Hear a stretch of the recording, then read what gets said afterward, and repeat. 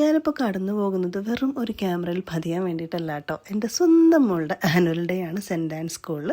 So അതിന് വേണ്ടി വൈകുന്നേരം വന്നേക്കാണ്. ഞാൻ മാത്രമല്ല, എൻ്റെ കൂടെ ഉമ്മച്ചിയും വന്നിട്ടുണ്ട്. സോ ഫസ്റ്റ് തന്നെ നമ്മൾ സീറ്റൊക്കെ ഒന്ന് സെറ്റാക്കി വെച്ചു. അപ്പോഴേക്കും ഫംഗ്ഷൻസൊക്കെ ഓൾറെഡി സ്റ്റാർട്ട് ചെയ്തായിരുന്നു കേട്ടോ. നമ്മുടെ സ്വന്തം സിനി ആർട്ടിസ്റ്റ് സാജൻ പള്ളുരുത്തി ആയിരുന്നു കേട്ടോ ഗസ്റ്റ്. എനിക്ക് ഭയങ്കര ഇഷ്ടപ്പെട്ടായിരുന്നു പുള്ളിയുടെ സംസാരമൊക്കെ കേട്ടിട്ട്. അതേപോലെ ചെറിയ പാട്ടും കാര്യങ്ങളൊക്കെ പുള്ളി എല്ലാവർക്കും വേണ്ടി പാടുന്നുണ്ടായിരുന്നു കേട്ടോ. ആഘോഷം എന്തോ ആകട്ടെ, നമ്മുടെ മേഴ്സലീസ് അല്ലെങ്കിൽ ക്യാമറ ഇല്ലാണ്ട് ഒരു രസമില്ല കേട്ടോ. അപ്പോൾ അവിടെ സ്റ്റോളൊക്കെ ഉണ്ടായിരുന്നു മേഴ്സലീസിൻ്റെ. അപ്പോൾ 2 ഐസ്ക്രീമൊക്കെ ഞാൻ വാങ്ങിച്ചു എനിക്ക് ഉമ്മച്ചിക്ക് വേണ്ടിയിട്ട്. പിന്നെ വേറെ സ്റ്റോൾസൊക്കെ അവിടെ ഉണ്ടായിരുന്നു കേട്ടോ. അതൊക്കെ കഴിഞ്ഞപ്പോഴേക്കും നമ്മുടെ ഫുള്ള് ആളായി അവിടെ. പിന്നെ നമ്മുടെ പ്രോഗ്രാംസ് സ്റ്റാർട്ട് ചെയ്തു. ഫസ്റ്റ് തന്നെ സ്കൂളിൻ്റെ ഒരു ഇൻട്രൊഡക്ഷനൊക്കെ ആയിരുന്നു. അതിനുശേഷം വെൽക്കം സോങ് ഉണ്ടായിരുന്നു. പിന്നെയാണ് പെർഫോമൻസ് ഒക്കെ സ്റ്റാർട്ട് ചെയ്തത്. പിന്നെ അതിനേക്കാൾ അടിപൊളിയായിരുന്നു കേട്ടോ ഈ കുട്ടിയുടെ ഈ ഒരു പെർഫോമൻസ്. നല്ല രസമുണ്ടായിരുന്നു. ശരിക്കും ഇവളാണോ കോറിയോഗ്രാഫി ചെയ്തേ എന്ന് പോലും ഞാൻ ഡൗട്ട് അടിച്ചു. നല്ല രസമുണ്ടായിരുന്നു കേട്ടോ.